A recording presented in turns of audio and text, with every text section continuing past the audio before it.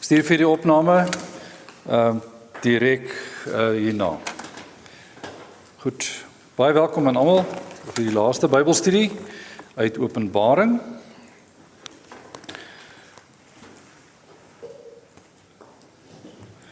Ons is by Openbaring hoofstuk 21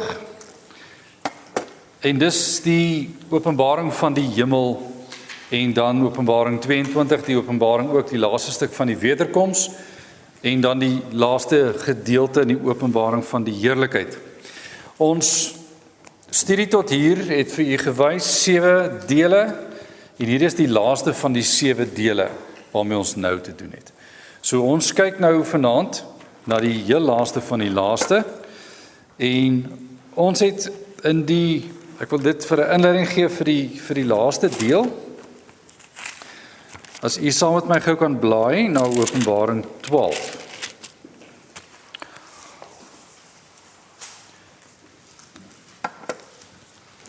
Toe ons begin het ons gesê ons wil graag kyk na die tweede deel van Openbaring en dit is die openbaring van die geestelike stryd. Die stryd wat u en ek mee te doen het, Efesiërs 6 sê, ons stryd is nie teen vlees en bloed nie, maar teen die geestelike, teen die bose, teen die magte in die lig. Dis ons stryd. Efesiërs 6 praat baie sterk daaroor, vanaf vers 10 af en verder, praat daarvan. En dit het ons verstaan as ons hierdie gedeelte in Openbaring doen. Van hoofstuk 1 tot 11 gaan oor ons aardse stryd. Met ander woorde, dit wat ons fisies mee te doen sal kry. Ons sal swaar kry. Gemeentes, 7 gemeentes, letterlike 7 gemeentes, maar simbolies omdat dit die hele kerk is. Die ganse kerk oor die ganse aarde, nie net in daai stukkie van Klein-Asië nie, maar daar is 7 werklike gemeentes gewees, maar dit strek oor die hele aarde.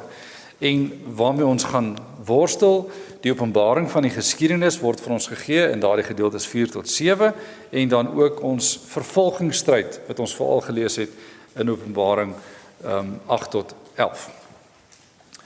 Maar van 12 af het ons die volgende gesien. En dit moet jy nou maar as 'n so groot, jy kan 2 areas merk. Die eerste deel wat jy moet raak gesien het is, wie is ons vyand? Ons vyand aan die bose kant is die volgende. Openbaring 12 praat van die draak.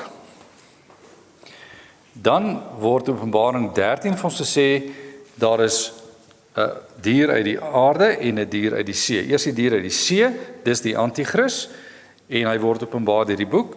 En dan word verder gesê, die valse profeet is die volgende persoon wat ons sal raak sien. Dan word die volgende geopenbaar, nie in daardie hoofstukke nie, maar eers in hoofstuk 17. Leer u Babylon ken. Die vrou wat op hierdie rooi draak sit, is dan die Babylon. So die vyand is die draak, die Antichrist, die valse profeet en die plek waar die boosheid leef. Dis ons vyand. Want die plek waar die boosheid leef, en dis Babylon, is die ganse wêreld vol. Oral waar jy kom is 'n Babylon beskikbaar. Hier ook waar ons bly, is 'n Babylon beskikbaar. Maak nie saak in watter deel van die wêreld jy woon nie, oral is 'n Babylon beskikbaar. Oral in die wêreld gaan ons die draak se werk sien en hoe die Antichrist oor die ganse wêreld besig is met die laaste dinge, want hulle tyd is min. En sy stem sal die profetiese stem wees wat die valse profeet is. So Openbaring 12, 13 en 17 gee vir ons die vyande. Dan kry ons die openbaring soos hy dan vir ons gegee word in elke deel, so klein bietjie meer, elke deel 'n klein bietjie meer. Ons het die getalle 7 gekry. Wat het die getal 7 nou weer beteken? Die volmaakte, né? So wanneer ons die basyne hoor, wanneer ons al hierdie goed hoor wat so gegee word, dan is dit 'n volmaakte openbaring van die geskiedenis. 15 en 16 het gepraat van pla. Ons het ook die pla gesien 7 engele met 7 skale. Wanneer die skale uitgegiet is, het ons die oordeel van God gesien. So die gedeeltes was geweldig vol van die oordeel. En toe die gedeeltes nou begin, eers word vir ons gesê, wie is die vyande? En dan word vir ons gesê, hoe word die vyande vernietig? So dis die groot raampie van hierdie 12 tot 22 gedeelte. En die eerste een wat ons gesien het wat vernietig is die plek waar die bose leef, dis Babylon. Die volgende een wat vernietig is die Antichrist, en toe die valse profeet, en toe heel laaste, die draak self. Openbaring 20 het gepraat van die draak wat vernietig is. Nou is al die vyande waar, in die poel van vuur, waar daar nie meer lewe is en waar hulle glad nie meer boosheid kan uitoefen op die ganse aarde nie. En na 20 maak ons oop by 21. Wat bly dan nou oor? Is van hoofstuk 12 het ons die draak gesien, toe het ons die vrou gesien, toe het ons die kind gesien, toe het ons in 13 die Antichrist gesien, die valse profeet, en 17 het ons Babylon gesien. So van almal wat ek het nou 6 genoem, van almal wat is oor? Wie is oor? Die kind is oor en die vrou is oor. Wie is die kind in Openbaring 12? Christus self. Wie is hy? Hy word openbaar as die een wat op die perd kom om te oordeel. Hy is die een met die swaard in sy mond. Hy is die een wat oë het wat kyk deur almal. Hy is die een wat kom om te oordeel. Reg, hy is die een wat op die troon sit. Hy is die lam van die Almagtige en die lam. Ons nou vanaand van hom lees weer. Wat ons in Openbaring 4 en 5 leer ken het as die lam, die een wat die seels oopgemaak het. Dit is hy is die kind.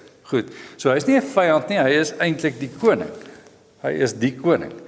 So, vanaand leer ons hom dan finaal ken. So, na Openbaring 20, in terme van hierdie openbaring, soos jy nou kan sien, stukkie vir stukkie word vir ons ietsie gewys, maar is heeltyd dieselfde goed, oor en oor en oor, maar die fokus is nou so gegee. So wat ek nou vir gegee het is as ek het nou in 'n sê, wie is ons moeilikheidmakers? Hier is hulle. Wie is aan ons kant? Die Here is. Nou regdeur het ons engele ook gekry. Nou ek het nie oor die engele eers gepraat nie, maar oor regdeur was engele en engele en engele, boodskappers wat oordeel en wat God gebruik. Goed. En dan is ons by Openbaring 21 kom, dan sien ons wat? Ons hoor wat gebeur het met die wat boosheid aangejaag het. En dan hoor ons wat bly oor vir die wat geglo het. En as jy nou 2 hoofstukke in die Bybel vat, Openbaring 21 en 22, en jy vat die eerste 2 hoofstukke van die Bybel, Genesis 1 en 2, dan die 2 hoofstukke waarin daar geen moeilikheid is nie. Ek herhaal, as jy Openbaring 21 en 22 vat, en jy vat Genesis 1 en Genesis 2, het jy 4 hoofstukke in die Bybel, waarin daar geen moeilikheid is nie. Net heerlikheid. En dis wat jy moet onthou. Wat Openbaring 21 en 22 vir ons gee, is nuut vanaf die oud. Van skepping, deur vernietiging, tot herskepping. So dis die groot lyne wat jy, voor jy enigiets lees van vanaand se goed, dis wat jy moet raak sien. Dis soos klomp detail. Ek gaan jy nie vermoei met elke stukkie detail nie, maar gaan deur elke stukkie detail lees, en vir jy net kort streepies gee. Ek het probeer om dit so in die blokkies te sit, en die kolletjies te sit, maak maar net 'n kursiewe aantekening, wat sê hierdie stukkie, wat sê hierdie stukkie, wat sê hierdie stukkie, en dan sien jy die groot prentjie. Jy moet hoor, en ek gaan Genesis 1 as 'n voorbeeld vat, want as jy nie Genesis 1 lees nie, gaan jy nie Openbaring 22 mooi verstaan. Genesis 1 begin met die woorde, in die begin het God die hemel en die aarde geskape. En God die aarde was woes, die aarde was leeg, en duisternis was op die wêreld vloed. En die gees van God het gesweef op die waters. En God het gesê, hoor daar die woorde, en God het gesê, laat daar lig wees, en daar was lig, was daar son?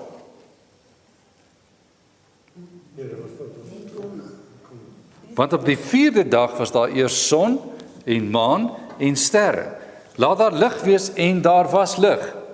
Wie was die lig? Dink baie mooi. Hier staan geskrywe, laat daar lig wees, maar daar was nog nie tekens in die hemel nie. En daar was lig.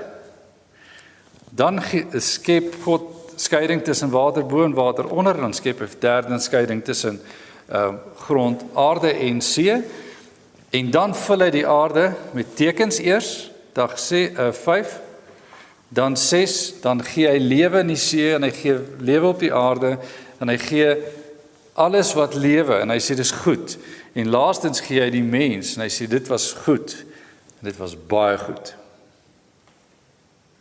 So dis net so oorhoofs, en God het gerus, hy het gerus, van sy werk. Dit was die einde van die skepping. Van 7 dae.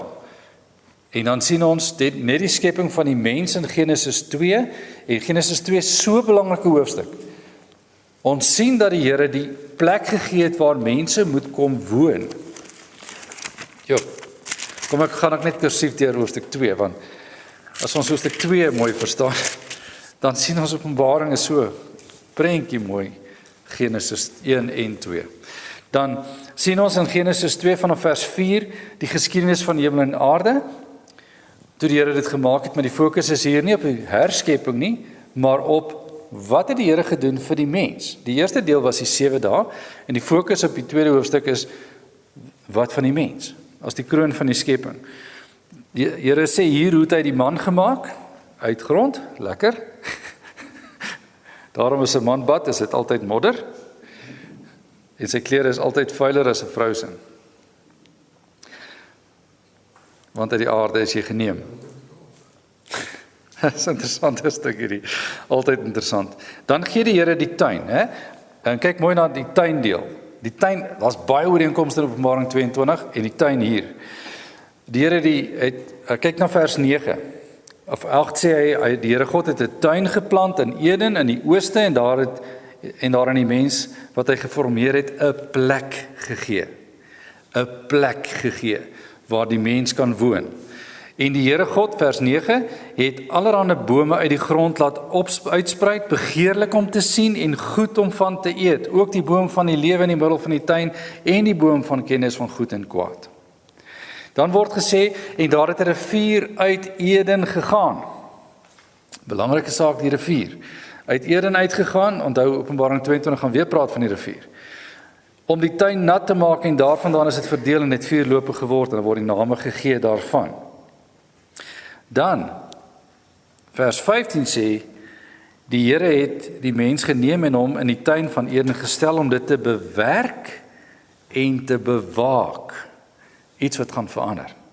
Maar hier het hy vir die mens werk gegee en te bewaak. En later was die straf, hy gaan nou moeilik werk. Party sê, die mens het nie nodig om te werk nie. Eva, hoekom moet ek so hard werk? Asof jy nie moes hard werk nie, jy moes maklik werk. Maar nou is werk moeilik, maar werk was nog steeds deel. En dan, die laaste saakie, kyk die oorvloed. Vers 16 sê, en die Here God het aan die mens bevel gegee en sê, van al die bome in die tuin mag jy vry eet. Dit is baie kos. Maar van die boom van kennis van goed en kwaad, daarvan mag jy nie eet nie. Reg. En toe sien ons die skepping van die vrou, en die Here wat sê, dis nie goed dat jy alleen is nie, en ek maak 'n vrou wat by jou pas, en dan is Adam se vreugde baie, baie groot, as sy dan daar is. Goed, so daar's 'n klompie elemente van Genesis 1 en 2, wat ons kan sien is, en ons weet, dit is die skepping. Nou kyk ons na Openbaring 21:22, en luister na woorde soos, dit is alles nuut. Dit is verby. Die ou is verby. En dit is nuut. Vergelyk die nuut met die eerste, wat gebreek is, verloor is, en toe het ons die middeldeel van die Bybel, die dik deel van die Bybel, waarin ons die stikkend gehad het, en nou is ons by die nuut, as voorskou, want ons is nog nie daar nie, maar dan het ons dit as 'n voorskou, en hoekom moet ons bly wees, dat die laaste 2 hoofstukke in die Bybel staan? Want dit moet ons bemoedig. Goed, hier word niks van oordeel verder gepraat nie, net van heerlikheid. So kom ons lees, ons gaan die eerste deel doen, dis hoofstuk 21, en daar gaan ons sien, die bruid, met ander woorde, in hoofstuk 12 het ons gesien, die vrou word die bruid. Die bruid word die stad, en die stad is die bruid. Onthou die verbintenis. Nee, kyk eers verder, ons gaan dit weer sê. Jy moet stad en bruid sien. Kom ons lees, dan sal jy sien wat ek bedoel. Ons gaan die nuwe hemel, nuwe aarde gedeelte doen, en die nuwe Jerusalem doen. Goed. En hier moet ons die simboliese aard en karakter van Openbaring sien en beleef. Hier is baie inligting. Goed, ek begin. En ek het 'n nuwe hemel en 'n nuwe aarde gesien, want die eerste, kyk mooi, nou is jy by Genesis. En dit wat alles na Genesis was in 'n vervalle toestand. Ek het 'n nuwe hemel en 'n nuwe aarde gesien, want die eerste hemel en die eerste aarde het verbygegaan en die see was daar nie meer nie. Waarom is die see nie meer daar nie? Is daar nie water nie? Nodig nie? Wat is die see se funksie? Heeltemal korrek. Boosheid is 'n deel van die see se funksie. Waar het die dier uit die see uitgekom? As hy, ek vra die Suid-Afrika kasant as ek 'n vraag en dan sê hulle dan raak krap hulle kop en dan weet hulle nie en dat ek antwoord gegee terwyl ek dit gesê het, dat hulle nie gehoor wat ek sê nie. Ek lag nou al vir 3 weke daaroor. Dit is elke week so. Want party mense luister glad nie met begrip en nou hulle luister en soek hulle die antwoord en sê hulle is nie seker nie, maar hulle het nie geluister wat ek vir hulle gegee het nie. So ek gee die antwoord vooraf. Wanneer die diere die see uitkom, is die see 'n plek van onheil in daardie beeld van Openbaring 13. Dis 'n plek van onheil.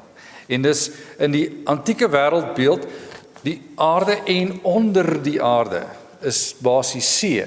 En die see word as onheilspellend gesien in die antieke wêreld. So die wêreldbeeld het 'n onheilspellendheid aan die see. Vandag gaan ons graag see toe. En ons sal nie verstaan hoekom is die see nie meer daar nie. Ons kan nie meer lekker by die see wees nie. Maar ons verstaan nie, die see beteken nie die plek waar ons gaan swem nie. Dis nie wat die see hier moet beteken nie. As die see nie meer daar is nie, is die plek waar die boosheid vandaan kon kom ook nie meer daar nie. So wat het ons hier in hierdie vers, so inleiding oor alles. Hier is die hele boodskap in 1 vers. Die nuwe hemel en die nuwe aarde is gesien, alles wat nuut is, en die eerste hemel en die eerste aarde het verbygegaan. So dit wat was is weg en dit nou wat nuut geword het is hier.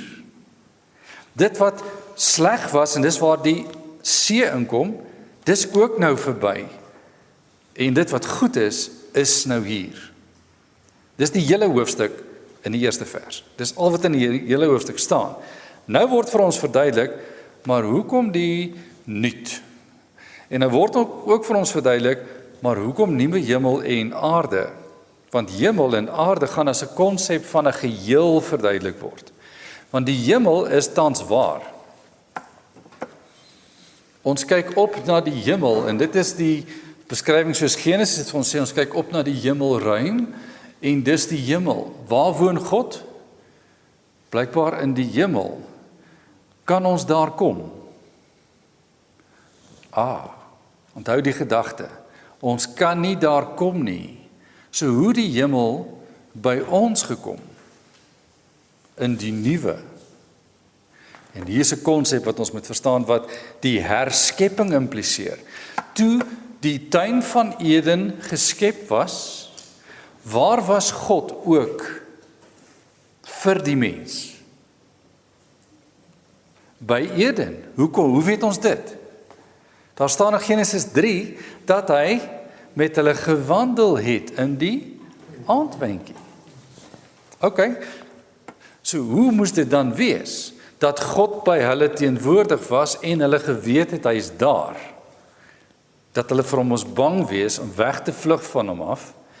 En wat is die konsep wat die Here herstel met die nuwe hemel en nuwe aarde? Nog 'n groot saak van hierdie stuk. Ek wil hê jy moet hierdie groot konsepte aan mekaar voeg. En die Bybel moenie vir u 'n losstaande stuk ding wees nie. Want jy kan nou sien, ek verbind nou Genesis 1 en 2 met Openbaring 21:22 en dit wat tussenin as stikkend is nog steeds deel van hierdie groot heilse historiese geskiedenis. Want hoe het ons nou by die nuwe uitgekom? Herskepping deur die een wat kom herstel het. En hier moet jy die evangelie kry en ek gaan dit ook nou sê. Jy moet hierdie lyntjies verbind want as ons met die detail besig is, gaan ek dalk vergeet om dit weer te sê. Wanneer Christus beloof word om te kom in Genesis 3 vers 15, daar sal vyandskap wees tussen die saad van die vrou, die saad van die slang, en vyandskap wees tussen die saad van die slang. Hy sal jou kop vermorsel, jy sal hom in die hakskeen byt. Nou die kop vermorsel deel wys direk op Christus wat moet kom om die Satan te vernietig. Hy het dit gaan doen aan die kruis.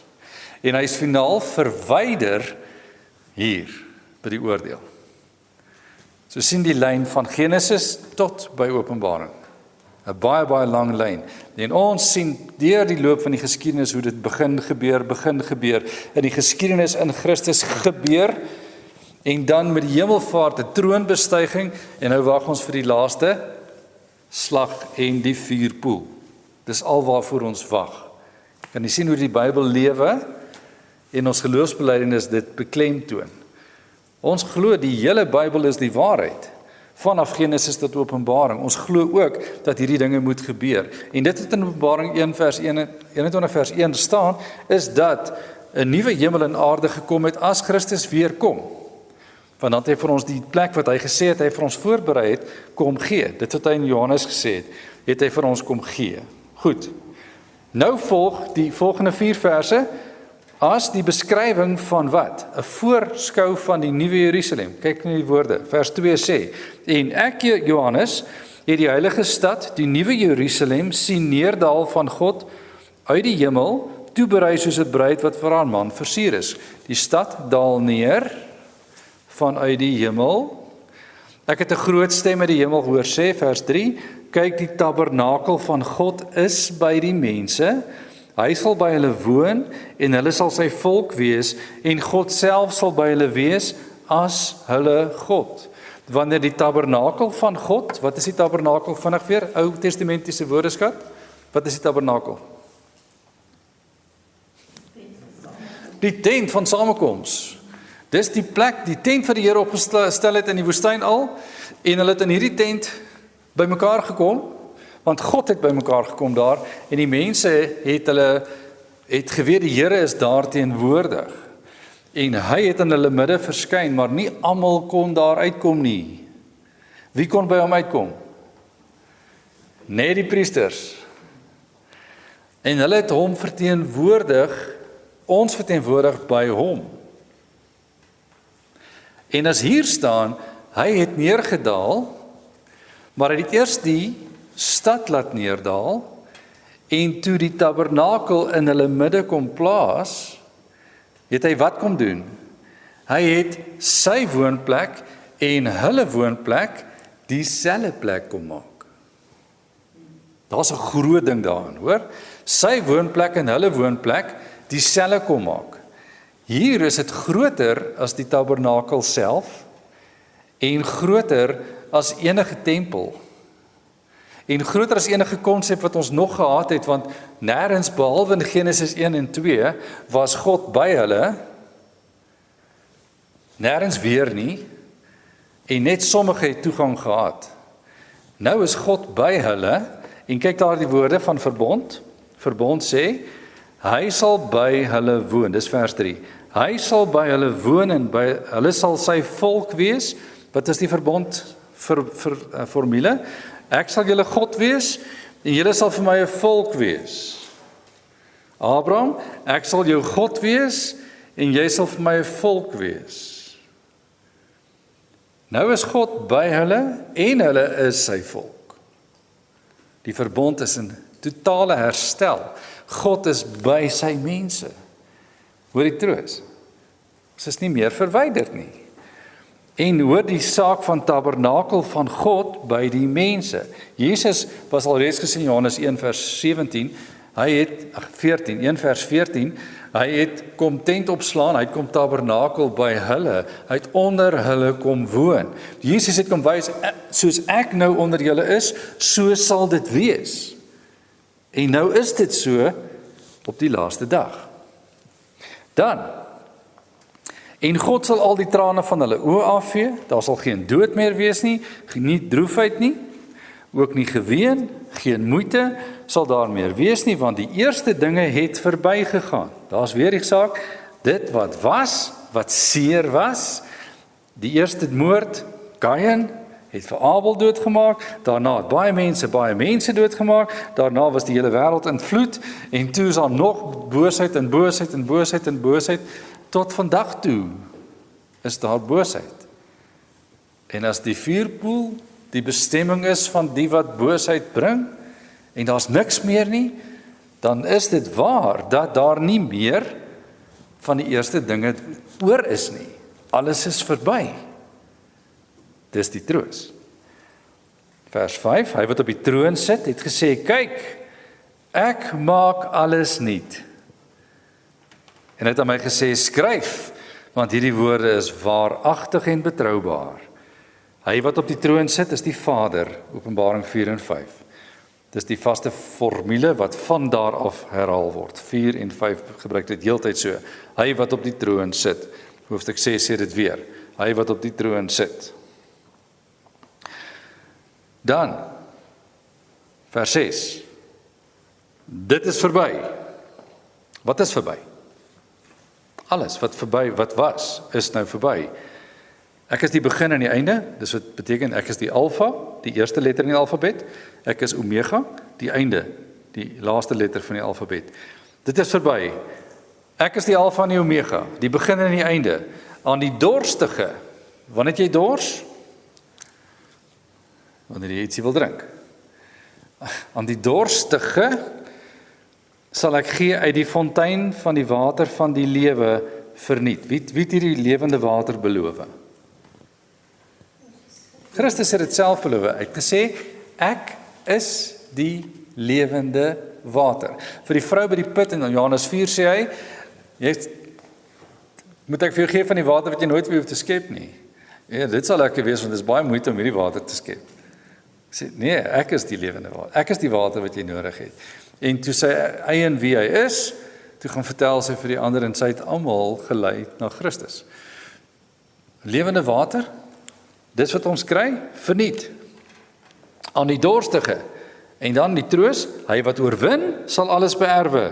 Ek sal vir hom 'n God wees en hy sal vir my 'n seun wees. Luister na die verband tussen vers 3 en vers 7. Vers 3 en vers 7. Wat staan in vers 3? Hy sal by hulle woon en hulle sal sy volk wees. Dis korporatief, met ander woorde, dis die groep. Dit is hoe Israel beskrywe was as volk van die Here. Dis hoe die kerk van Jesus Christus vandag nog beskrywe word as volk van die Here. Maar wat gebeur met hierdie verhouding in die Nuwe Testamentiese era in Christus?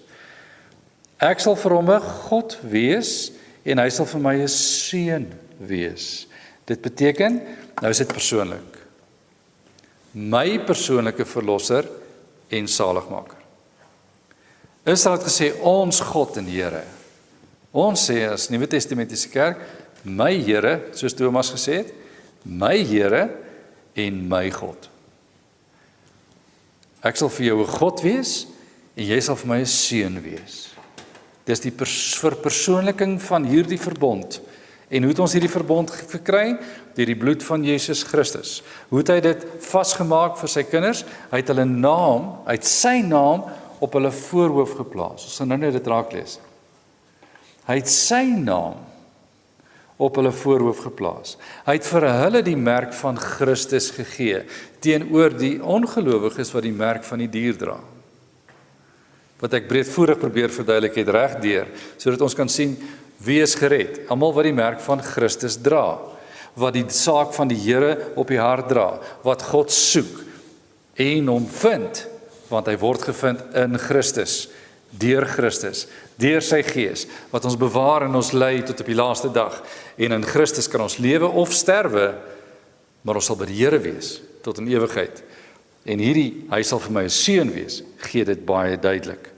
Dan vers 8, maar wat die vreesagtiges aangaan, en die ongelowiges, en die gruwelikes, en die moordenaars, en die hoereerders, en towenaars, en afgodedienaars, en al die leenaars, hulle deel is in die poel wat brand met vuur en swaal. Dit is die tweede dood.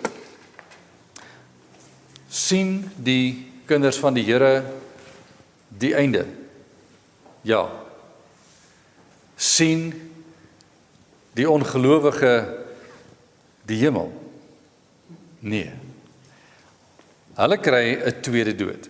En ek het by die vorige gedeelte nie hierdie saak heeltemal verduidelik nie. Daar is 2 lewensiklusse. Almal word eenmal gebore. Almal word doodgebore. Ek herhaal. Dis 'n geestelike saak. Almal word gebore, ons haal asem, maar ons is almal dood. Wanneer Christus jou lewe gee, kry jy 'n lewe. En jy sterf nooit nie. Jy gaan 'n aardse dood sterf, maar lewe tot in ewigheid. Die ongelowige word ook doodgebore en bly dood en sterf 'n eerste fisiese dood en kry dan 'n tweede dood tot in ewigheid. Hoor jy die verskil? Ek herhaal dit net weer. Daar is 2 lewensiklusse. Die Here verdeel dit so, en dis hoe hy dit openbaar, en in Openbaring kom dit nou nogal as 'n hulle sal die tweede dood nie sien nie, is een van die frases wat jy gelees het in die vorige deel. Wanneer jy gebore word, word almal doodgebore. Geestelik dood is, dit is wat ons bedoel daarmee. Want jy kan God nie sien nie. Jy is in opstand teen God. Van jou kindsdae af is jy in opstand teen God, want jy wil net jouself sien. Dan lewe jy tot die dag wat die Here lewe gee, die wedergeboorte. Dan lewe jy tot by jou aardse dood, waarin jou ewige lewe begin, by die Here. Die lewensiklus van die ongelowige werk so, jy word gebore, ook dood, geestelik. Jy het geen vermoë om meer te kan wees as geestelik dood nie, en jy lewe na die geestelike doodheid vir die res van jou lewe tot jy sterf, en dan sterf jy in ewigheid. Want jy sal die vuurpoel wel sien, en dis al. Goed, dis die lewensiklus. So die woordjie tweede dood wat jy hier raak lees, vir wie is dit bestem? 'n Lys van sondes word genoem, en hier word hulle genoem, gruwelikes en ongelowiges, vers 8. Moordenaars, hoereerders, towenaars, afgodedienaars en leenaars. Dis maar 'n lys van sondes. Wat is die gemene deler? Opstand teen God. Hulle wat God se wil nie soek nie en nooit sal soek nie. Goed. Nou, vers 9. Die opskrif in die vertaling hier is die Nuwe Jerusalem. Gaan nou gou terug en kyk na vers 2. En ek, Johannes, het die heilige stad, die Nuwe Jerusalem sien neerdal van God uit die hemel. Die Nuwe Jerusalem sien neerdal, en dan sê hy niks verder nie, nou sê hy verder, vers 9. En een van die 7 engele wat die 7 skale gehad het, vol van die 7 laaste pla, het na my gekom en met my gespreek en gesê, kom hierheen, ek sal jou die bruid toon, die vrou van die lam. Ek herhaal daar die laaste stuk. Kom hierheen, ek sal jou die bruid toon, die vrou van die lam. Wie is sy? En hy het my in die gees weggevoer, vers 10, op 'n groot en hoë berg en my die groot stad getoon, die heilige Jerusalem. So wie word gewys? Die vrou, die bruid, die heilige stad Jerusalem. Hoe lyk sy dan nou? Nou is dit 'n simbool. En jy moet verstaan, dis 'n simbool. Ons gaan al die make-up sien. Ons gaan die versiering sien. Ons gaan die volledigheid en volmaaktheid sien. En dan gaan ons vra, maar is die kerk dan 'n gebroke instelling aan die einde? Want dis nou een. Want hoekom is dit gebroke? Wat het ons in die kerk vandag wat ons dan nie sal hê nie? Sonde. Die geneigtheid tot sonde sal dan nie meer wees nie. Daar sal nie meer trane wees nie, die droefheid wees nie, ook nie meer sonde nie. Want dit wat gaan verdwyn. Goed, want volmaaktheid tree in en die Here is ons God en ons het geen ander begeerte as om God te verheerlik nie. Reg. So die vrou van die lam, die bruid, is die heilige Jerusalem, wat uit die hemel van God neerdal. Hoe weet ek dit? Dit staan net so in die tweede vers. Ons sien die nuwe Jerusalem neerdal van God uit die hemel. En dan sien ons die Here dal neer met die tabernakel. En dit word dieselfde ruimte. Reg. Hoe lyk hier die bruid wat hy versier? Ons sien dan vers 10 en verder, en hier gaan ek probeer vinnig verduidelik en die sub-idees vir u net gee, dat jy nie verdwaal in die detail nie. So toe hy weggevoer word na die hoë berg en die groot stad, is vir hom gewys en hy sien die nuwe Jerusalem, wat uit die hemel van God neerdal, en dit het die heerlikheid van God gehad. En daar was lig, nadat God gespreek het, daar was lig. Elke keer as God verskyn, hoor jy nou wat ek probeer gesê het in die begin? So ek wil vir jy sê, die begin is so belangrik om die einde te sien. As jy die begin het, het jy die einde. As jy die heerlikheid van God sien, wie het die heerlikheid van God gesien? Kom ons kyk gou vinnig. Niemand het hom gesien in die begin nie. Maar die heerlikheid van God was daar. En dan later, wanneer mense met God se heerlikheid te doen kry, en een van hulle was Moses. Daar is 'n baie bekende gedeelte in die geskiedenis van Moses, is toe Moses op die berg moes gaan, in God se teenwoordigheid moes verskyn, en toe hy afkom, toe het hy so lappie om die kop. Hoekom? Hy het geblink van die heerlikheid van God. En om die mense te wys wie God is, moes hy hom toemaak dat hy nie verheerlik word as God nie. Dit was nogal die idee agter dit. Want wat het die mense gedoen met Aaron se kalf, sy goue kalf? Terwyl Moses bo was. Hulle het die kalf verheerlik en gesê, dis julle God wat julle uit Egipte land uitgelei het. En Moses is op die berg, hy was lank daar. En as hulle hom sien, wie sou hulle nou verheerlik? Want hulle kom uit Egipte uit. Hulle sou God verheerlik, maar hulle sou Moses as God verheerlik. Dink mooi oor heerlikheid.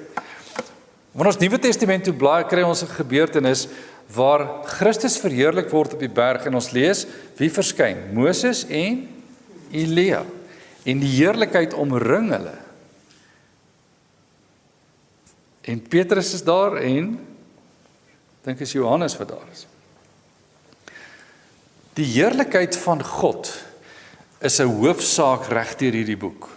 So wanneer ons nou hier lees in Openbaring dat die heerlikheid van God is nou deel van die prentjie, dan beteken dit iets wat Moses gehad het en iets wat die apostels kon sien, het nou deel geword van wie?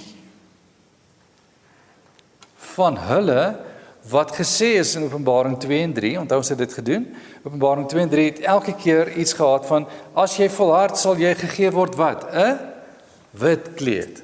Jy sal heerlikheid ontvang. Jy sal 'n plek ontvang van troos. Dis van die woorde wat gebruik was. Wat sien ons gebeur nou?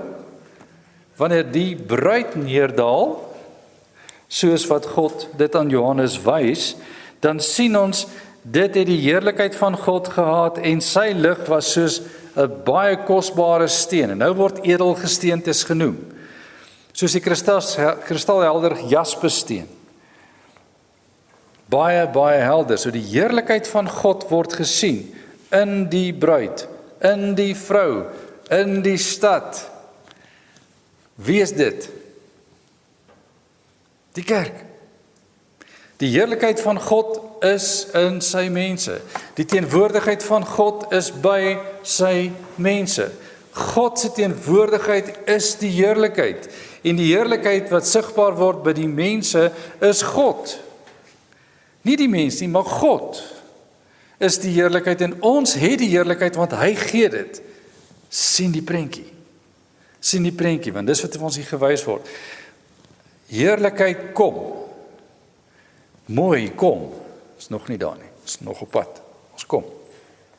Dan vers 12 en dit het 'n groot en hoë muur met 12 poorte gehad. Nou gaan die getalle begin hoor. Wat beteken die getal 12? Altyd volledig. Nou gaan die getal 12 amper 'n volheidsgetal word.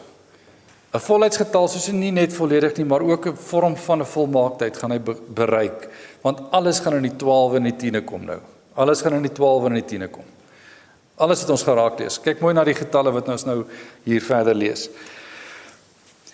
En dit beteken letterlik wat ons nou hier sien, gaan 'n prentjie inkleer. Dis nou die prentjie teken en ek wil hê jy moet die prentjie gaan teken. So jy gaan skryf nou neer. Dis wat jy nou gaan doen as jy nou tyd het. Dis nou nie vanaand moontlik seker nie. Want as jy nie hierdie stad en die uiteinde van die kerk van Jesus Christus raak sien nie, dan mis jy die punt waarin ons op pad is. Want mense kyk vandag na die kerk en sien dit as 'n hooplose organisasie waarin mense maar hulle krippels stoei om 'n ding te doen wat niks sinvol of wat maar net sinloos is. Dis wat sommige mense baie keer dink gebeur. Maar daar is baie sin in wat uiteindelik gaan gebeur, want ons sien nie die uiteinde nie, ons sien net nou. En ons sukkel om uit hierdie nou uit te kom. Ons sukkel om hier uit te kom. En die prentjie wat ons hier sien, moet jy gaan teken. Nie net letterlik prentjie teken nie, skryf 'n naam en sê hoekom is dit vol en volmaak en vol en volmaak en vol en volmaak. En kyk hoeveel items word gesê en die kerk sal wees vol en volmaak. Dit het 'n groot en hoë muur met 12 poorte. Nou iemand het geskryf, Jerusalem het hoeveel gehad? 5 poorte. 5 poorte, nee.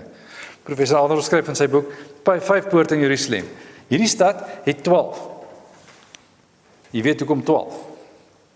En by die poorte 12 engele. Wat is die taak van engele? Beskerming, bewaring en dan ook alles wat die engele doen. En name daarop geskrywe, naamlik die van die 12 stamme van die kinders van Israel. Hoekom het ons die 12 stamme in Openbaring 7 gehad? 'n volledige volk van die Here. Dis vers 13 nou, aan die ooste kant was daar 3 poorte, aan die noorde kant 3 poorte, aan die suide kant 3 poorte, aan die weste kant 3 poorte. Waarvoor is 'n poort? Toegang. Hoe het die uitleg van die tabernakel tent in die woestyn gelyk? Hoe het die stamme gebly? Hulle het reg rondom die tabernakel tent gebly, in groepe. Dis 'n voorbeeld daarvan, dat hulle rondom gebly het, met God wat in die middel is. Dit was 'n prentjie daarvan ook. 'n Groter prentjie wat hier gesien word, is dat die poorte volledig is, sodat daar toegang tot hierdie stad is van alle kante af. En hoekom 4 kante? Wêreldwyd toegang. Uit elke stam, elke taal, elke volk, elke nasie. Wie is uitgesluit? Niemand. Okay. Elke. So niemand is uitgesluit. Want die Here het gaan soek en gaan kies en gaan gee. Volledig. Sien die 12. 12. Wêreldwyd. Kan jy dit goed beter skryf as wat dit hier staan nie. Dan het hierdie vers 14 en die muur van die stad het 12 fondamente gehad. So ons kyk na die stad, ons sien die poorte, dis nou die hekke en ons sien daar's 12 en ons sien hoekom is daar 12. Ons sien hoekom is hulle soos in al die rigtings. Dan sien ons die muur van die stad het fondamente en daar's ook 12, so ook volledig. En daarop was die name van die 12 apostels van die Lam. Nou het ons Hierdie konsep van Ou Testamentiese kerk, Nuwe Testamentiese kerk, wat ons alreeds sien met die 24 ouderlinge. Nou sien ons die volledigheid van die 24 ouderlinge. Want die volledigheid van die 24 ouderlinge kan terugskouend, kan van hier af terug verklaar word na die 24 ouderlinge toe, maar hier sien ons dit nog duideliker as daar, want nou sien ons dat 12 stamme sê wat? Israel. 12 apostels sê Nuwe Testamentiese kerk. Ou Testamentiese kerk, Israel. Nuwe Testamentiese kerk, Christus, sê apostels. So wanneer jy die poorte het, wanneer daar 12 name van kinders, die 12 stamme op die poorte geskrywe is, en die fondamente beskrywe is met die name van die apostels, dan hoor jy die apostels en die profete. Jy hoor die fondament van Efesiërs 2. Jy hoor hoe dit beskrywe word, dat die hele kerk verteenwoordig word deur hierdie stad. Reg, so Ou en Nuwe Testament, so niemand is uitgesluit nie. Dan, hy wat met vers 15 sê, en hy wat met my gespreek het 'n goue meetroede gehad. Nou wat is 'n meetroede? 'n Gewone Afrikaanse liniaal van goud. Soos is 'n kosbare meetstok of 'n meetinstrument. Hy wat my gespreek het, dis 'n engel, het 'n goue meetroede gehad om die stad en sy poorte en sy muur te meet. So wanneer ons na Esegiel, in die laaste dele van Esegiel, daar rondom hoofstuk 44 tot 48, gaan jy lees van 'n meting van 'n tempel. Die meting van die tempel wys op die volledigheid daarvan. Jy sal onthou ook, daar was gemeet, die tempel was ook gemeet in hierdie boek, om 'n bestaan aan te dui. Jy sal dit onthou.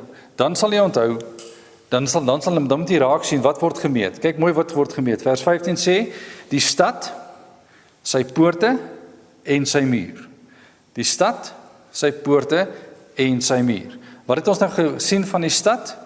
Ons het nog niks verder van die stad in Mates, het ons nog niks nie, en ons weet daar's 12 poorte. So die aantal poorte is 'n volledige hoeveelheid. Nou kyk ons na die meting. Vers 16 sê, en die stad het vierkante gelê. Nou, hoe lyk 'n vierkant? Wat is die definisie van 'n vierkant? Lengte en breedte is dieselfde. Ja. Lengte en breedte is dieselfde. Waar lê jy foon? Sit 'n bewerasie ergens. Nee, vierkantig is, sye is gelyk. Dis wat vierkant is. Die sye is gelyk. Die stad het vierkante gelê, sy lengte was net so groot as sy breedte, en die stad het hy gemeet, en ons gaan nou sien, sy hoogte was ook gelyk. So was lengte, ek gaan nou sien, dit staan in die teks, lengte, breedte en hoogte is gelyk. So dis 'n volmaakte kubus. Volmaakte kubus. En die aard van hierdie ruimte, onthou, uit die hemel daal hierdie bruid neer, maar in 'n volmaakte toestand, sy is die stad, en hy daal neer, dit is God, in die tabernakel. En dan maak hy hierdie ruimte wat? 'n allerheiligste. Ek herhaal. Hy daal neer, en maak die ruimte volmaak, soos wat die allerheiligste is, volmaak. Onthou die prentjie soos ons hom nou lees. Dis wat hy hier vir ons begin skets. Hy maak van hom 'n vierkant. 'n Klein blokkie van die tabernakeltent was toeganklik eenmal per jaar deur een hoëpriester, net deur die hoëpriester. Hoe nader jy aan God kom, hoe minder toegang was daar. Nou is die hele stad in die kubus. Luister baie mooi. Nou is die hele stad in hierdie ruimte. Almal is in die ruimte. En jy sien, ons is terug by Eden. Ons is terug by die tuin. Ons is terug by die skepping. Ons is terug in die volmaaktheid van die Here. Ons is terug daar waar net God is. Maar ons is nie alleen nou nie. Hy is nie alleen nie, ons is nie alleen nie. Ons is met hom. Goed, so jy kyk na die prentjie vierkantig. Hy het gemeet. Die stad het hy met die meetroede gemeet op 1500 myl. Nou 1500 myl in die Grieks. Nie ek wat so goed gelees het daar nie, maar in die Grieks wat die professor daarom gelees het en presies mooi verduidelik het en verklaar het ek toe nou aangehaal vir u 1200 of 12000 stadia was die maat van die stad of 2200 km, dis die 1500 myl. En die 12000 stadia, hoor jy die getal? 12000 stadia. Die 4 wat wêreldwyd en die 3 wat volledig is, die getal van God, is hoe jy die 12 kry, maar die 12 weet ons op hierdie stadium is volledig, en die 10 is volledig, en die 10 mal 10 is nog volledig, en die 10 mal 10 mal 10 is 3 mal volledig. Die woord is volledig, volledig, volledig. Die stad is gemeet volledig. Die stad is 'n vierkant, lengte, breedte, hoogte, kubus volledig. Die stad is volledig. En die maat sê dit is volledig. Alles wat jy hier sien, sê in die prentjie dis volledig.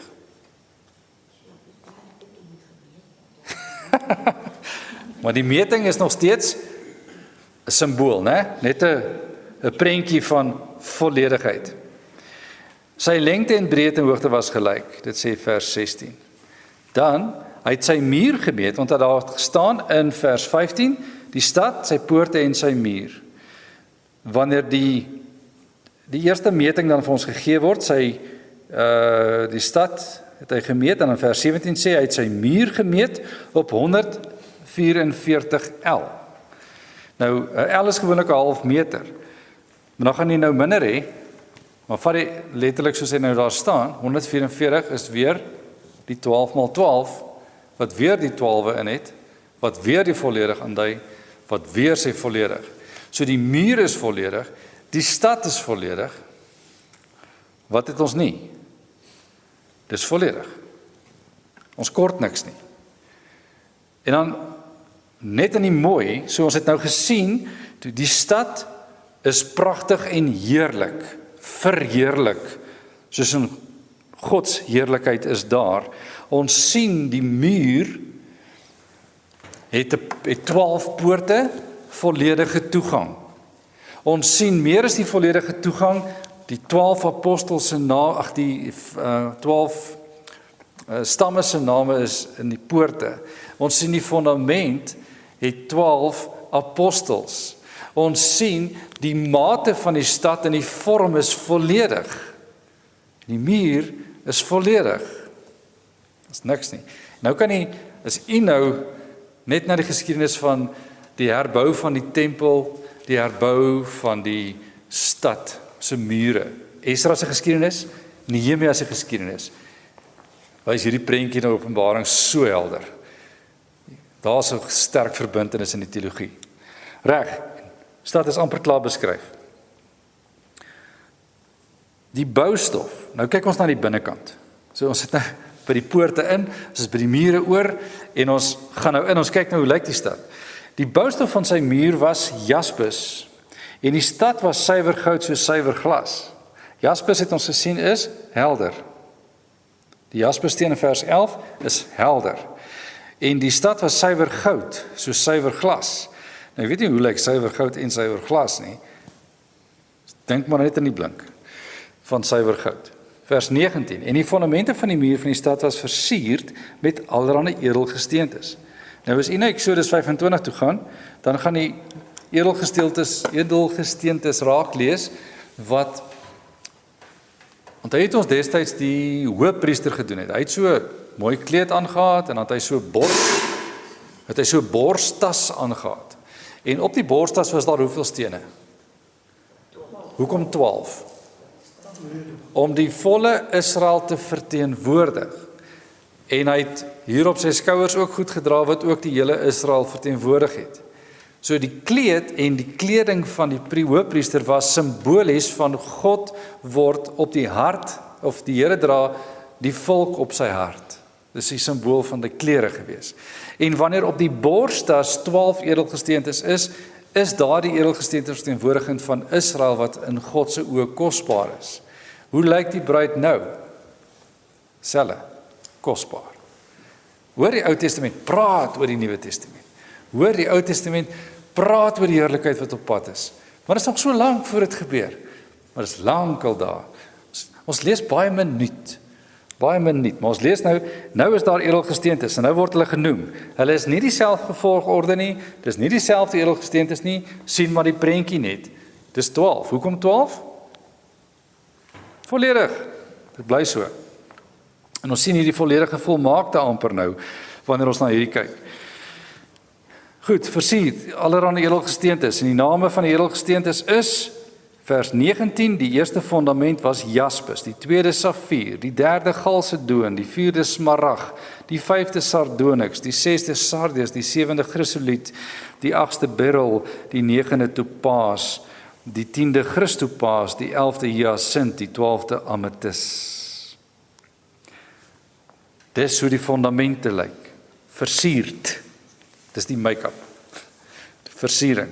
Dan 21 sê die 12 poorte. Nou, ons weet daar's 12 poorte. Ons weet nou al die name van die 12 stamme is daarop, maar hoe lyk hulle? Die 12 poorte was 12 parels. Hoe groot is 'n parel?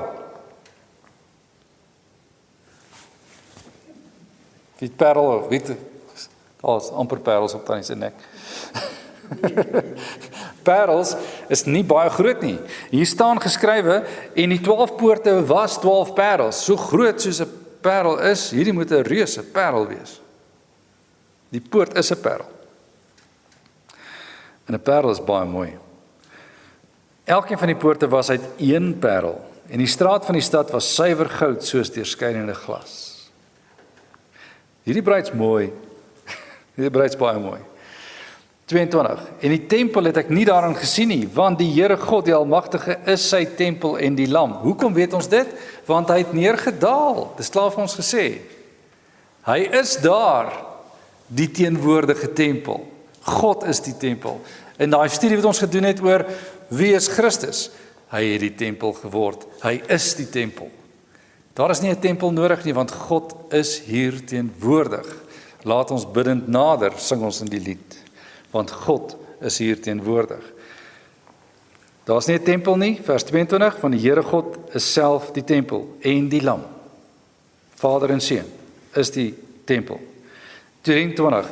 En die stad het die son en die maan nie nodig om hom te skyn nie, want die heerlikheid van God het hom verlig en die lamp is sy lamp. En daar sal lig wees. En daar was. Want God is lig. Is dit nie mooi nie? Hy is die krag van die hele wêreld en is die lig vir die hele wêreld en niemand wonder hoekom hy so sê nie. Want hy is die lig. Niemand het nodig vir ekstra lig nie. Hy is die lig. Daar is geen beter as hy nie. Die lam is sy lamp. 24. En die nasies van die wat gered word, sal in die lig daarvan wandel, en die konings van die aarde bring hulle heerlikheid en eer daarin. In wat? In hierdie lig. Die nasies van die wat gered word, sal in hierdie lig wandel, en die konings van die aarde bring hulle heerlikheid ook hierin. En bedags, want nag sal daar nie wees nie. Daar sal nie meer nag wees nie. Sal sy poorte nooit gesluit word nie. Nooit word die poorte gesluit nie. Hoekom sal die poorte nie gesluit word nie? Dink gou. Dis 'n veilige stad. En niemand kan daar inkom wat nog sou boosheid verrig nie. Hulle is nie meer daar nie. Dis heerlik. 26. En hulle sal die heerlikheid en die eer van die nasies daarin bring, en daarin sal nie inkom iets wat verontreinig en gruwelikheid en leuns doen nie, maar net die wat geskryf is in die boek van die lewe van die lam. Dis hoe die prentjie lyk tot hier. En dan sien ons die volgende vers, wat deel vorm van hierdie deel, maar is in die volgende hoofstuk, volgende blaadjie, kan maar dit gebruik.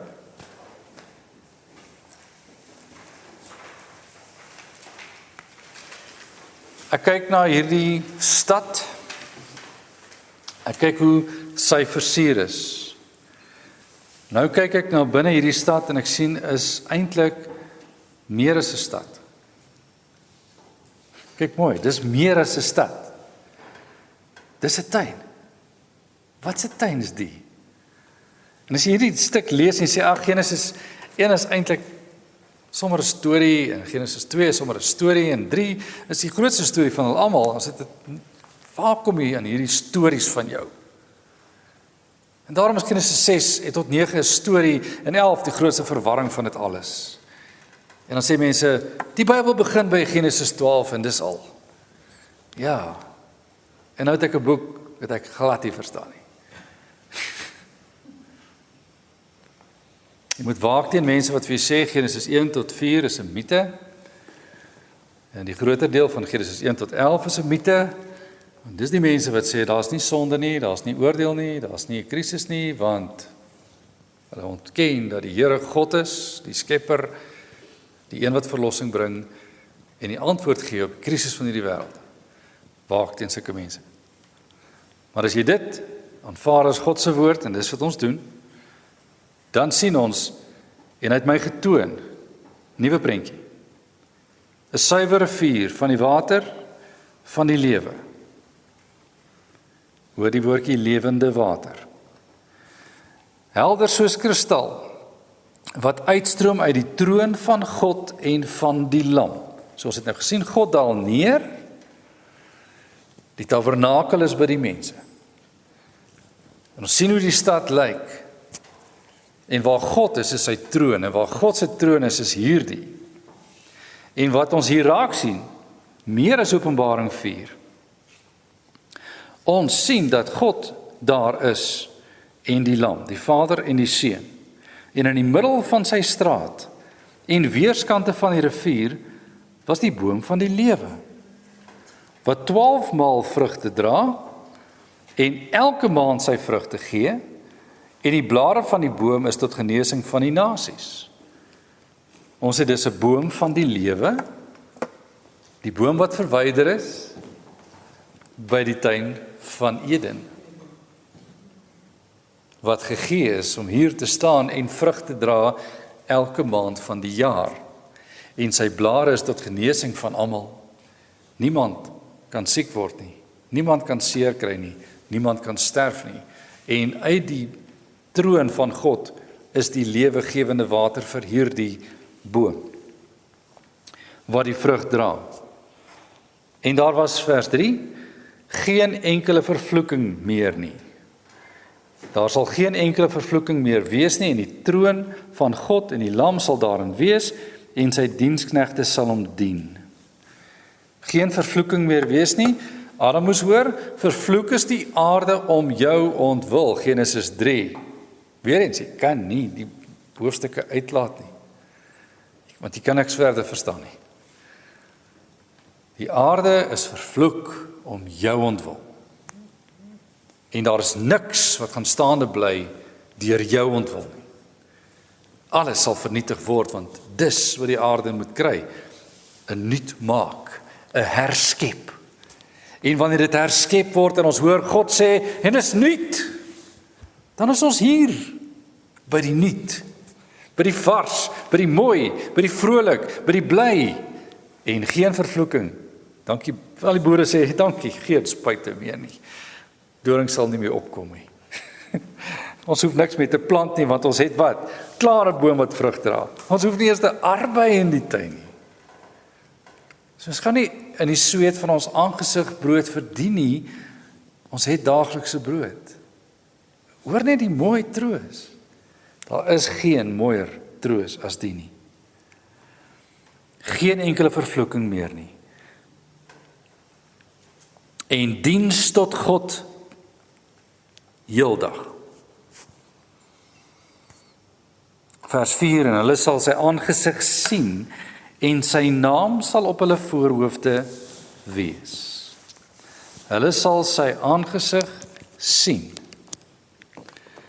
Hulle sal sy aangesig sien. Mense, is hier al opgewonde oor die stukkie. Want om God se aangesig te sien beteken dit, Adam, ons kruip nie weg hier. Nuwe dag, nuwe tyd, nuwe alles. En ons wil God sien, en ons sal hom sien, en ons sal lewe. in sy teenwoordigheid. Dis net mooi. En nag sal daar nie wees nie. Weerens word vir ons gesê, daar's nie nag nie. En hulle het geen lamp of sonlig nodig nie, omdat die Here God hulle verlig, en hulle sal as konings regeer tot in alle ewigheid. Hoekom is die ouderlinge in die troonsaal van God? Want hulle is in die troonsaal van God. Almal wat hom dien is in die troonsaal van God. Almal is by God. En ons regeer saam met God. Dis die koningskap. Tot in ewigheid. Wanneer hou dit op? Nooit nie. Nooit nie. En dan, vers 6. Hy het vir my gesê, hierdie woorde is betroubaar en waaragtig, en die Here, die God van die heilige profete, het sy engel gestuur om sy diensknegte te toon wat gou moet gebeur. Kyk, ek kom gou. En salig is hy wat die woorde van die profesie van hierdie boek bewaar. Dit is ek. Johannes wat dit gesien en gehoor het. En toe ek dit gehoor en gesien het, het ek neergeval om te aanbid voor die voete van die engel wat my hierdie dinge getoon het. En hy sê vir my, moenie, want ek is 'n mededienskneg van jou en van jou broeders, die profete, en van hulle wat die woorde van hierdie boek bewaar. Aanbid God. Die wederkoms, soos Jesus gesê het, ek kom gou. Wat hier gesê word deur die engel, ek kom gou. Christus sê eie woorde, ek kom gou. Ek kom gou. Moenie bekommer nie, ek kom gou. Dis nou al 2000 jaar. Maar ek kom gou. Vir ons is tyd 'n bietjie anders. Dis hoekom ons 2 Petrus 3 het. Here, vat nie lank soos dit vir ons voel nie, want by hom is 1000 jaar soos 'n dag. Dis na die konteks wat die wederkoms beskrywe word. Moenie bekommer oor die 1000 wat verby is nie. Moet ook nie bekommer oor die 2000 wat al verby is nie. Want by hom is tyd nie 'n faktor nie. Maar hy stel dit nie uit nie. 2 Petrus 3 vers 9 sê, want hy gee tyd dat almal tot bekering kan kom. Wie almal? Almal wat tot bekering moet kom. Daar sal wees wat nie tot bekering kom nie. Maar daar is tyd, genadetyd. Wanneer Johannes dit doen wat hy doen, hy buig neer voor 'n skepsel, word hy vermaan. Ons doen dit nie. Ek dien saam met jou, dien God. Vers 10. Hy het my gesê, moenie die woorde van die profesie van hierdie boek verseël nie, want die tyd is naby. Met ander woorde, moet hom nie wegsteek nie. Moenie hom gaan wegsteek dat niemand kan verstaan nie. Maar dominee, ek verstaan nie. Wie het dit verseël? Die boek is nog altyd oop. En jy mag nie vir my sê, die boek is nou toe nie. Jy het hom nou gehoor, hy is oop. Hy is regtig oop.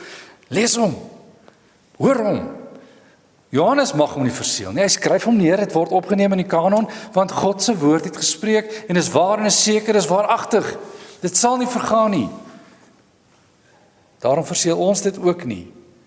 Moenie dit verseël en sê, ag dominee, ek weet nie wat moet ek hiervan verstaan nie. Hou die eenvoud van die evangelie voor oë. Hou die troostboek voor oë. As dit moet, luister weer. Lees weer. Lees nog vertalings. Sien die eenvoud van die boodskap. Die boodskap word nou opgesom. Vers 11. Wie onreg doen, laat hom nog meer onreg doen.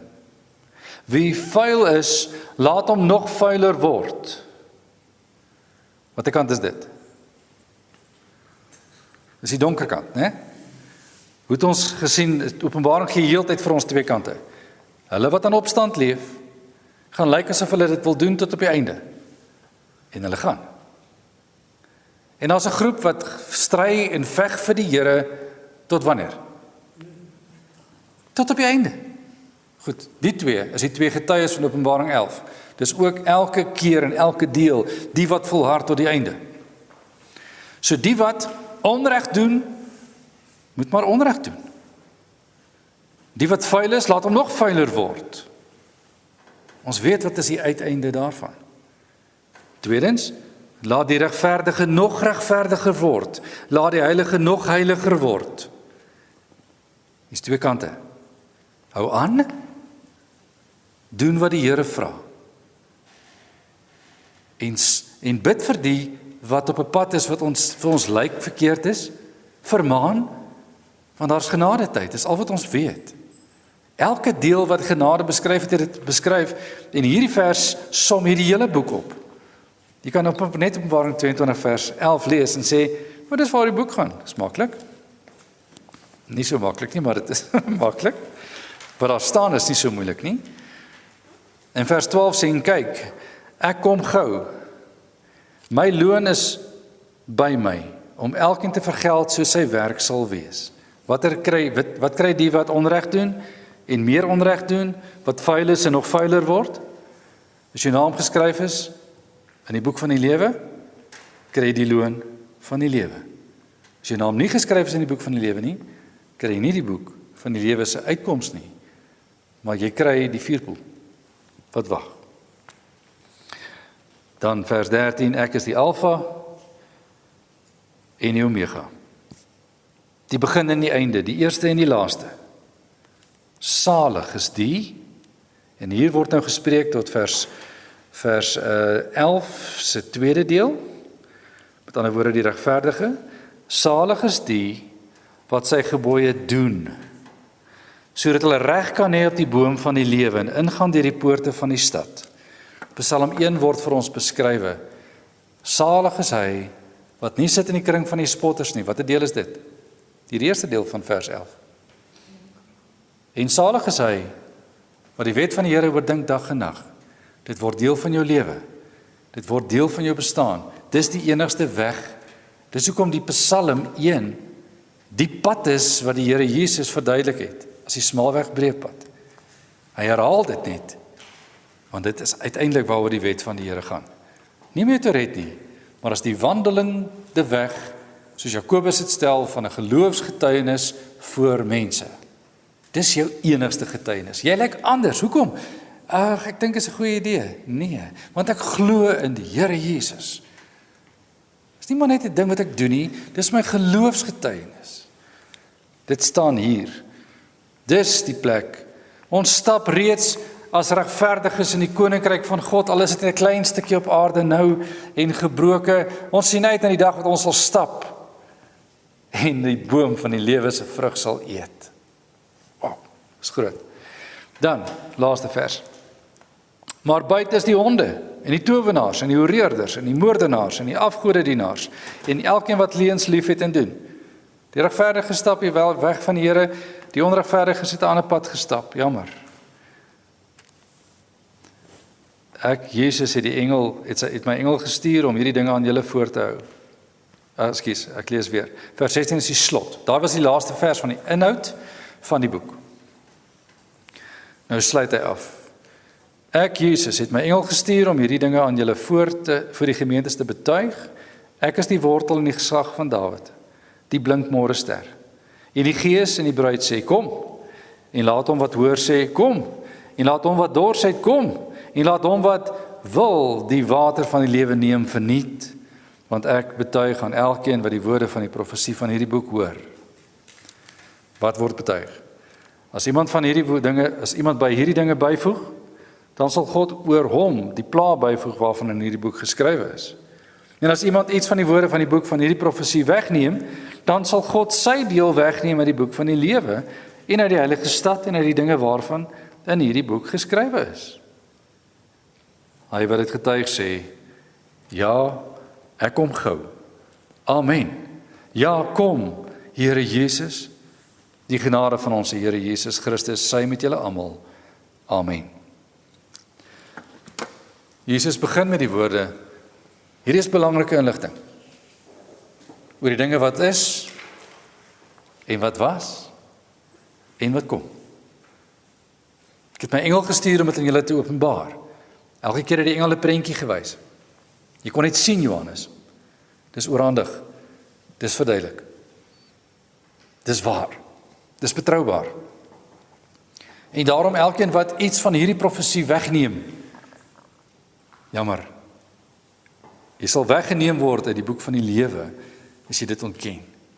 Of anders sê dit bestaan nie. En as jy byvoeg, sal aan jou toegevoeg word wat jy van gelees het toe die pla so neergereën het op die ongelowiges. Want dis wat jy is. Daardie verse is nie gerig op die hele Bybel nie. Daar's ander verse wat daaroor meer praat as die vers. Hierdie vers praat van Openbaring. En daarom is Openbaring wat party sê daar's nie 'n hel nie. Joe. En as dit hier staan? Of hulle sê, ag, jy kan maar hierdie en hierdie ook bydoen, dis reg, of daar's goed wat hulle bylees of inlees en by sê wat nie hier staan nie, maar dit word ingelees. Praat nie van randsake soos 1000 jaar van vrede voor, laat of so nie. Nie daai sake nie. Ons praat van sake van redding, van verlossing, van Christus. As dit weggewerk word, of sê die Satan is eintlik nie so erg nie. Of gesê wat, maar die Satan gaan dit en dat ook aan jou doen. Of jy gaan die merk van die dier kry, en jy kan dit nie keer nie. Dit is nie wat daar staan nie. Dit het ons duidelik gesien, dit staan nie daar nie. Maar daar is 'n merk. Daar is 'n dier. Daar is 'n boosheid. Maar daar is 'n trooster. En daar's 'n gees van God wat ons lei in die waarheid. Openbaring 21:22 afgehandel. 2 vinnige vragies, ek het hulle so deels hanteer. Kyk gou vinnig vir my na Openbaring 21 se vragie.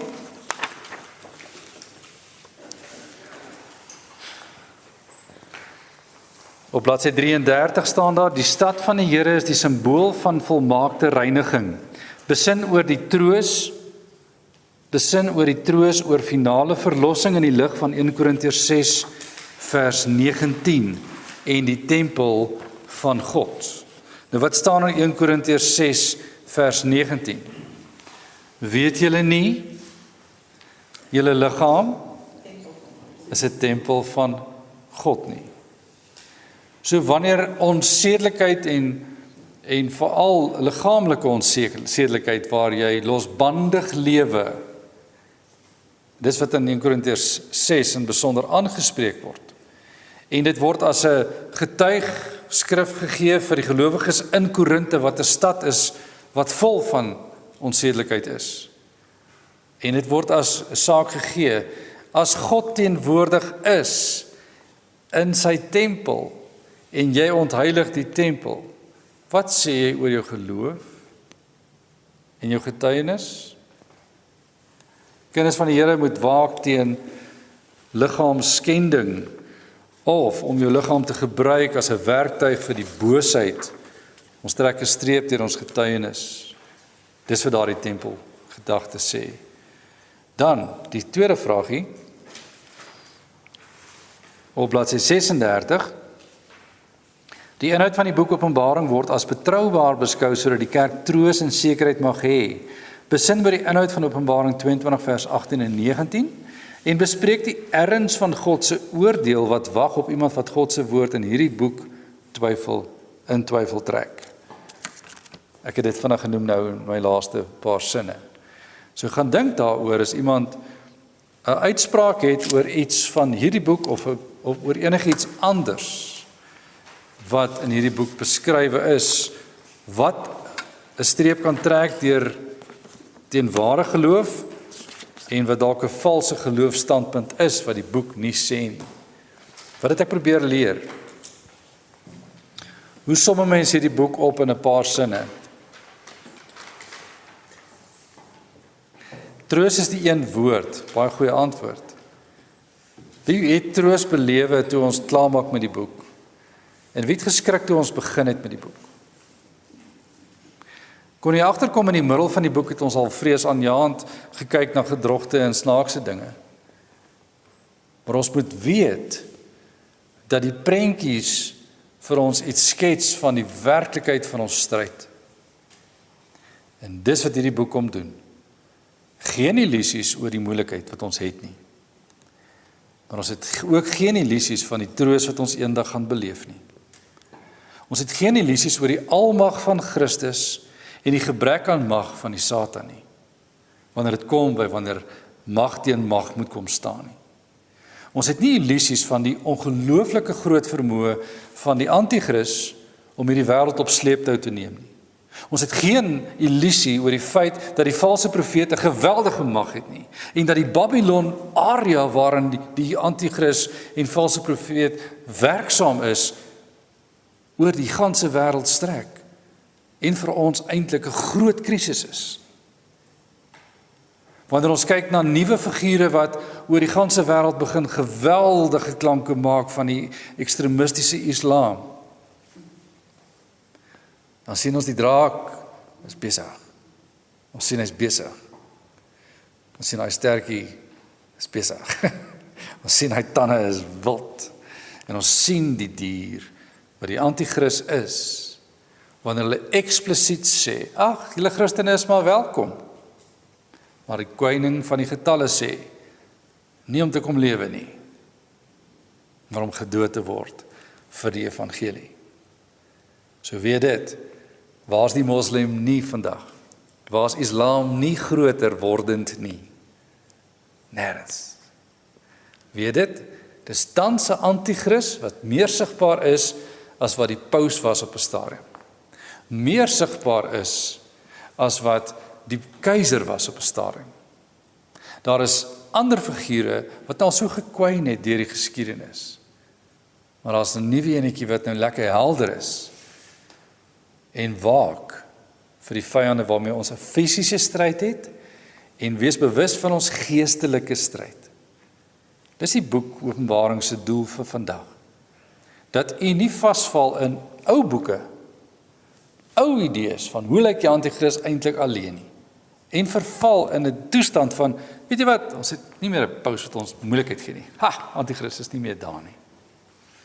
Terwyl hy 'n nuwe baadjie aan het, en werklik waar nie kom klop aan jou deur vir tee nie. Glad nie vir tee nie. En dink nie hulle drink tee nie.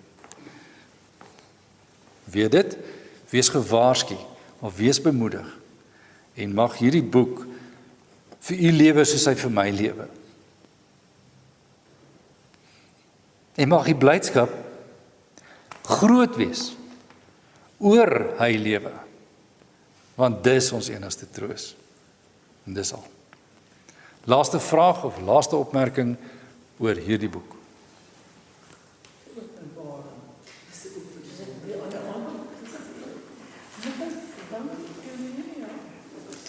Was dan baie interessant geweest, die hele tyd kyk ek na die Heilige Gees word nie regtig nou meer genoem nie.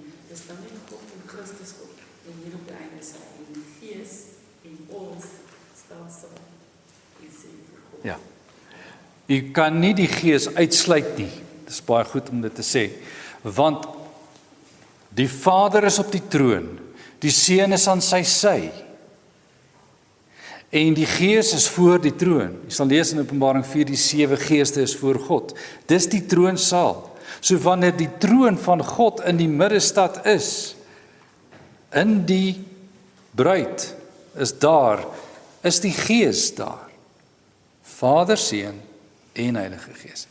Die hele Godheid is teenwoordig. Mooi. Goed.